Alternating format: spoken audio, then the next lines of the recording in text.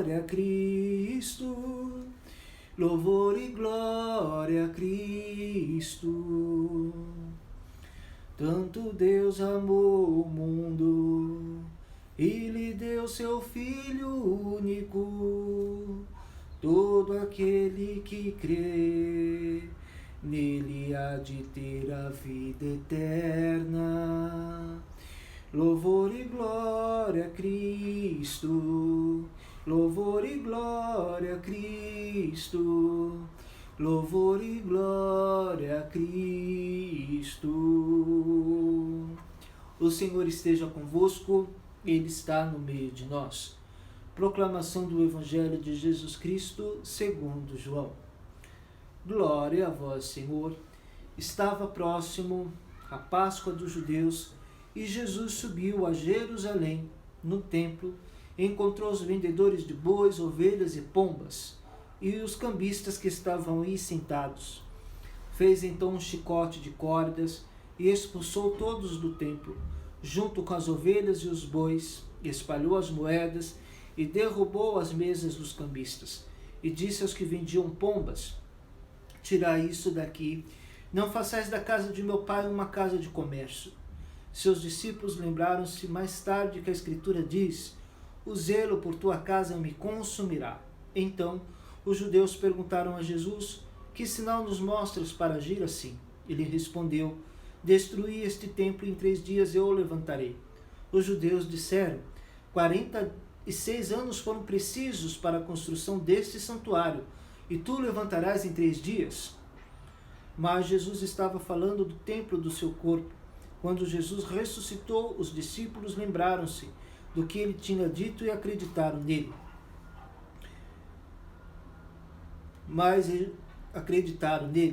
Jesus estava em Jerusalém durante a festa da Páscoa. Vendo os sinais que realizava, muitos creram em seu nome. Mas Jesus não lhes dava crédito, pois ele conhecia todos e não precisava do testemunho de ninguém acerca do ser humano, porque ele conhecia o homem por dentro. Palavra da salvação, glória a vós, Senhor. Que as palavras do Santo Evangelho perdoem os nossos pecados. Amém. Queridos irmãos e irmãs em Cristo, vocês que estão entrando aqui no meu canal do Instagram, Padre Miguel Romano Oficial, desde já eu convido a você a ativar aí o nosso aviãozinho, enviar o nosso aviãozinho para as demais pessoas, para que elas também acompanhem conosco esse momento da Santa Missa. Voltamos novamente, eu já tenho estado aqui com vocês há muito tempo, né? Mas estamos voltando a alguns lugares, algumas dioceses, algumas arquidioceses estão voltando às missas online devido a essa pandemia, né? Devido à restrição maior, que é a fase chamada fase vermelha, né? Então, eu espero que aqui também comigo vocês possam encontrar o conforto, que vocês possam encontrar o alento da presença de Cristo nessa nossa Eucaristia, né? Então, peço a vocês a divulgarem o meu canal então do Instagram, Padre Miguel Romano Oficial, né? Então, ative aí, divulgue o meu canal, divulgue este vídeo ao vivo agora, para que a gente possa então participar sempre. Eu estou sempre aqui aos domingos, às 15 horas, sempre aos domingos, às 15 horas, rezando com vocês, então, a nossa missa. Hoje, de maneira especial, estamos no 3º domingo do tempo da Quaresma. Já fizemos a metade desse tempo quaresmal, ou seja, já caminhamos conscientes que esse tempo de penitência nos leva a um tempo de retomada de consciência e um tempo de conversão, mudar a nossa vida, mudar o nosso coração, mudar o nosso jeito de pensar, mudar também o nosso jeito de agir. Ou seja, é preciso mudar esta orientação de vida. Muitas vezes, quando nós tomamos pensamentos impulsivos, ações impulsivas, que muitas vezes nos afasta de Deus. E quantas vezes nos afasta de Deus? Porque nós estamos afastados dos nossos irmãos e irmãs, esfriados no coração de nossos irmãos e irmãs. Então, é preciso retomar esta consciência, ainda mais nesses tempos que nós estamos vivendo, nesses tempos de pandemia, nesses tempos pandêmicos, que as pessoas tendem ainda mais a olhar mais para si do que olhar para o outro, né? E a gente precisa olhar para o outro, sim, a gente precisa olhar para nós, mas também a gente precisa olhar para o outro. Eu acho que isso que se chama também alteridade, empatia, a gente estar na dor do outro, né? Sentir o outro também, sentir também com os outros as dores e os dramas destas pessoas, dos nossos irmãos, de um modo geral, de todos aqueles e aquelas que estão sofrendo, seja neste momento de pandemia, seja no momento físico, seja no momento espiritual, seja também no momento econômico. Nós estamos vendo como a pandemia tem atingido a economia de um modo geral, de um modo global. Então, pedir a Deus que nos ajude, que nos fortaleça e nos faça verdadeiramente homens e mulheres do amor e da caridade. Nós lembramos que o tempo da Quaresma nos convida ao jejum, a prática do jejum, da esmola e também da jejum, esmola e oração, mas também constantemente a prática da caridade, que não é somente dar a esmola, né? Porque é olhar, é ofertar, é você se dar para o outro, né? Então a gente precisa aprender a se dar para o outro, a se oferecer como o outro, para o outro, como Cristo se ofereceu na cruz, como Cristo se ofereceu para nos libertar da morte, né? Esta é a preparação desse tempo do quaresmal, né? A vitória da vida sobre a morte. Deus amou tanto o mundo que Ele não quis que o mundo fosse condenado por meio do seu Filho Jesus, mas para que o mundo fosse salvo por Ele. E em Jesus se completa toda a lei. Em Jesus Ele é o verdadeiro cumprimento da lei. Ele é a perfeita lei, porque a perfeita lei de Jesus é a lei do amor, é a lei da graça, é a lei da caridade, é a lei da misericórdia. Jesus não veio abolir a lei. Nós vimos a primeira leitura do Êxodo que nos fala, a primeira leitura que nos fala, especialmente a leitura do Êxodo, que nos fala especialmente desses mandamentos, dos 10 mandamentos, que Deus entregou no Monte Sinai a Moisés, né? Na semana passada contemplamos o Evangelho da Transfiguração e nós vimos que Moisés estava junto com Elias na figura luminosa da luz ao lado de Cristo. Moisés é a lei que se completa em Cristo no amor, os 10 mandamentos que devem ser observados não somente olhando com uma rigidez, mas nós precisamos observar esses mandamentos no amor, porque se nós não observarmos esses mandamentos no amor, na ótica, na visão de Cristo, nós seremos hipócritas e nós não viveremos essa verdadeira caridade, essa verdadeira prática que carrega esses mandamentos na nossa vida, no nosso caminhar cristão.